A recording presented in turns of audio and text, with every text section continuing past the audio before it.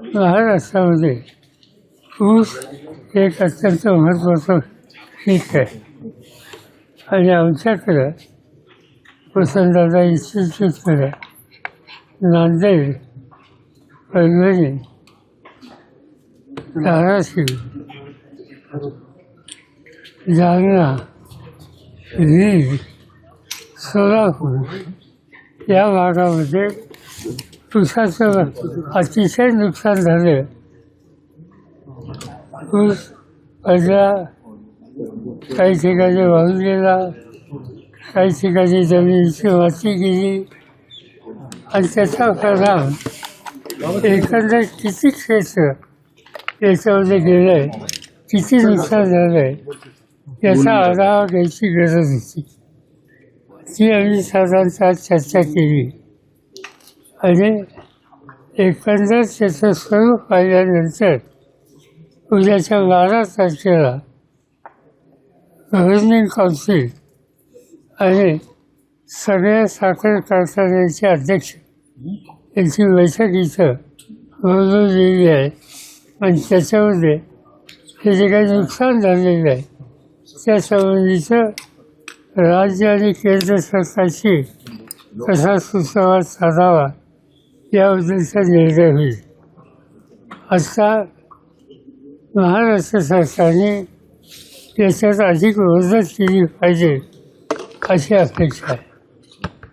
आम्हाला सुद्धा आश्चर्य असं वाटतं की राज्य सरकारने नुकसान ज्यांचं झालं त्यांना मदत करायच्या ऐवजी सगळ्या ऊस उत्पादनाचा करून एक मोठी रक्कम मुख्यमंत्री निधीच्यासाठी घेण्याचा निर्णय त्यांनी घेतलेला आहे. ज्या वेळेला ऊस उत्पादकाला मदत द्यायला हवी त्यावेळी त्याच्याकडनं सक्तीनं वसुली करणं हे अत्यंत चुकीचं आहे. ते आणि मुख्यमंत्र्यांच्या कानावर घालून आणि या निर्णयाचा त्यांनी फेरविचार करावा अशी आग्रहाची विनंती त्यांना करू.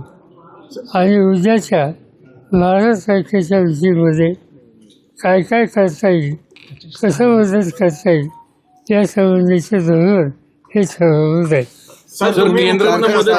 कारखान्याचा जो निर्णय घेतलेला आहे 15 रुपये देण्यासंदर्भातला, त्याला काही शेतकरी नेत्यांचा देखील विरोध होताना दिसतो. त्यांचं म्हणणं की शेतकऱ्यांकडूनच हे पैसे घेतले जाणार आहेत आणि ते मुख्यमंत्री निधीला पुन्हा त्यांनाच ते पैसे दिले जातील. आमचं साधं एकच आहे, आज शेतकऱ्यांना मदत केली त्यांच्याकडनं घेता कामा नाही आणि त्यावेळेला कोणाचा विरोध असेल तर तो योग्य आहे.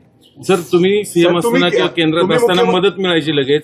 आता केंद्रातले गृहमंत्री आले तिथे, पण कशाला ते पुतळ्याचे अनावरण? अमित शहा आज शिर्डीच्या दौऱ्यावर आहेत. तुम्ही मुख्यमंत्री असताना अशी परिस्थिती जेव्हा निर्माण झाली होती 1700 कोटी केंद्राकडून आणले होते. साहेब, अजून सुद्धा केंद्राने कुठलीही राज्याला मदत केलेली नाही. काय आव्हान कराल थेट केंद्राला तुम्ही? डबल टिबल इंजिन केंद्राने मला असं सांगितलं की राज्य सरकारने अद्याप फायनल प्रस्ताव आम्हाला दिलेला नाही, त्यामुळे मला त्याच्यावर भाष्य करणं योग्य. माझा आग्रह राहील की राज्य सरकारने अगदी आज उद्या 2 दिवसात तो प्रस्ताव द्यावा. मुख्यमंत्र्यांनी संबंधितांशी बोलावं आणि केंद्राचं मदत ही लवकरात लवकर मिळून त्याचं वाटप सुरू करावं. साहेब, तुम्हाला ही परिस्थिती बघून असं वाटतं का ओला दुष्काळ जाहीर करण्याची गरज आहे? कारण तुम्ही देखील मुख्यमंत्री जेव्हा होता तात्काळ सगळी यंत्रणा हल्ली, मात्र आता कुठली हालचाली तशी होताना दिसत नाहीत. प्रश्न असा आहे की राज्य सरकारने तातडीने निर्णय घेऊन जबाबदाऱ्या टाकल्या पाहिजेत. आता हा सगळं राज्यात ही स्थिती नाही, काही ठराविक जिल्ह्यात अशी संकटाची स्थिती असते तेव्हा त्या ठराविक जिल्ह्यात लक्ष केंद्रित करणं हे सरकारला शक्य होतं. आज त्या ठराविक जिल्ह्यात अधिकारी कर्मचारी यांची संख्या कमी असेल तर इतर जिल्ह्याचे एका ठराविक काळासाठी डेप्युटेशनवर अधिकारी कर्मचारी त्या 5-6 जिल्ह्यात डेप्यूट करावे आणि सर्व रेकॉर्ड करून मदत सुरू करावी आणि अडचणीच्या शेतकऱ्याला बाहेर काढावं.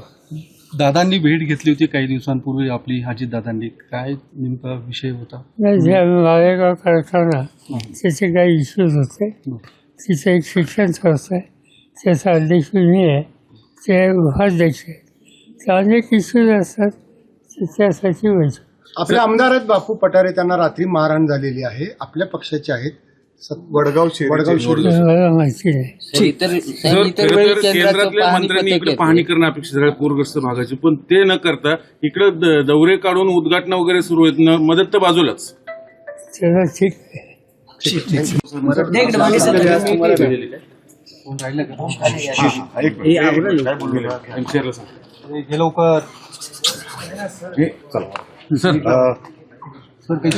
आज आम्ही एक बैठक बोलावली आणि त्याचं कारण असं आहे की अधिकारीची अतिवृष्टी झाली, त्याच्यामुळं शेतकरी त्याची जमीन त्याची पिकं